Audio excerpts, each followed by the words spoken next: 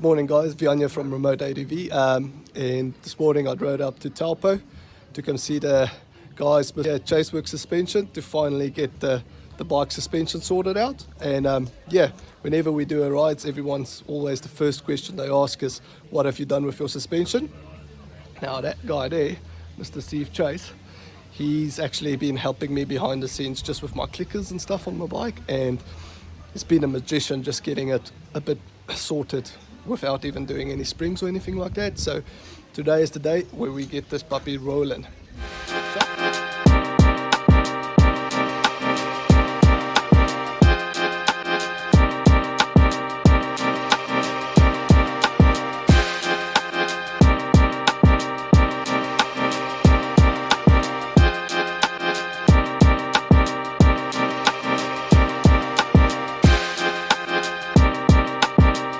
One of Graham's shirts, that's James Stewart's signature. That's when he was winning championships with James Stewart as James's suspension guy. Yeah, and he's the guy that taught you most of what you know today. Yeah, me and Graham have been friends for 20 years now, and awesome. And guided us through all everything you see around here. And how many number one plates are we still missing on this wall? Five. We haven't got the Woodfalls. There's a couple from Woodfall. There's a couple of junior national ones still not up there. There's Mike Godfrey. There's a few others.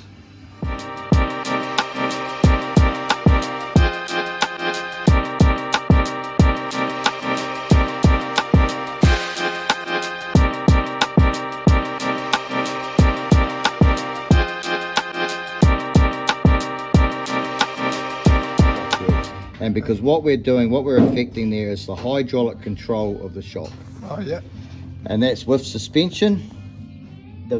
What controls your suspension is hydraulic pressure, is hydraulic control. All they are is a hydraulic damper.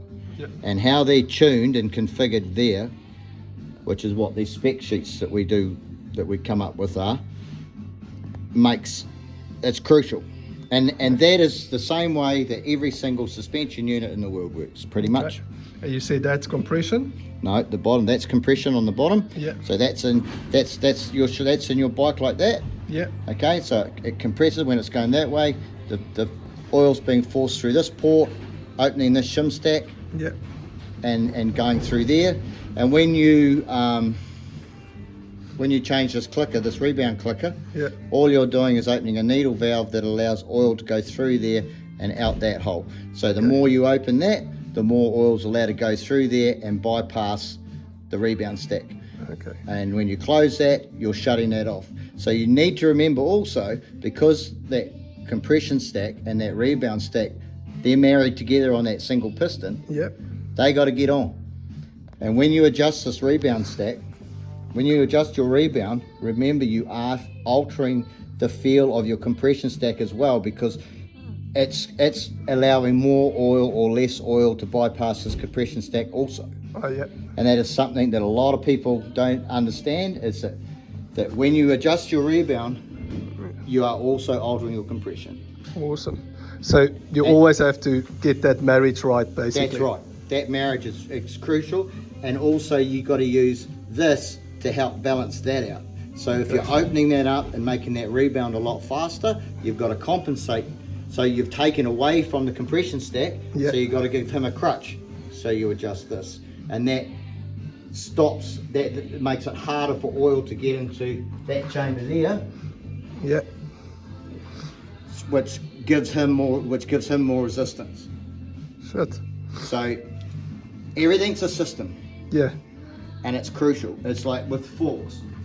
All those the three major components, your mid-speed, your rebound, and they live together on the same piston. Yep. And your compression stack, on those, that's an open cartridge, what they call an open cartridge fork. So the compression's on the bottom and the rebound's on the top. Yep. Nothing wrong with an open cartridge fork. Yeah. They work perfectly fine. They work just as good as anything else if they're well, you can debate that. Obviously, the modern suspension units, the closed cartridge systems are better, and they're easier to tune, and they've got more tunability. But there's still nothing wrong with that. Yeah. So.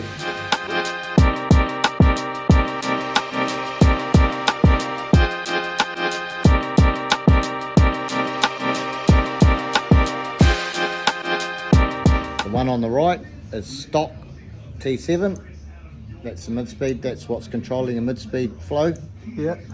Massive amount of float, basically doing nothing. Yeah, it's just dropping through, eh? Yeah, so the oil's just going boom and dumping. So as soon as your forks are starting to move, that's just opening, just this dropping open, and the oil's just flowing out there as much as those ports will allow. Yeah. Chaseworks, after we've revalved it, we've got a stack there. So not only is the float much less, yeah, but also now we've got a valve stack there that we've built, so it starts to bleed, and then it takes pressure to push down on the so my suspension won't drop through. The first part of the stroke, you're going to have way more control and feel. Awesome. In the first part of the stroke. Yeah. And it also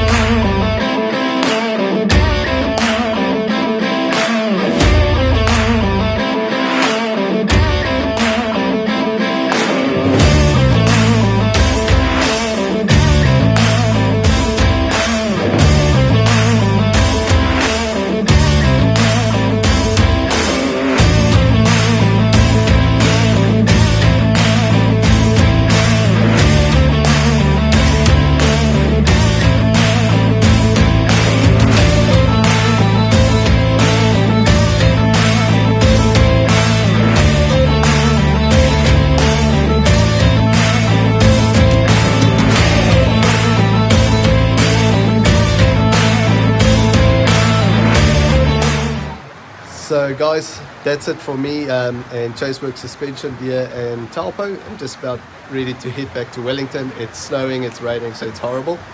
And just final thoughts. Yes, so basically, point that I wanted to make through this video is suspension is really important on your bike. First things you need to do obviously is book it for some training, because you need to know how to ride your bike before suspension is going to do anything. After that, you can see Mr. Steve, so he can sort out your suspension for you. Mine is an absolute fucking beast now. So thanks, Steve. That was real good. So book in here with him. You don't have to spend 4 or 5 grand on a wild suspension. Mr. Steve here can take your original parts and make it magic. Shots. Till next time.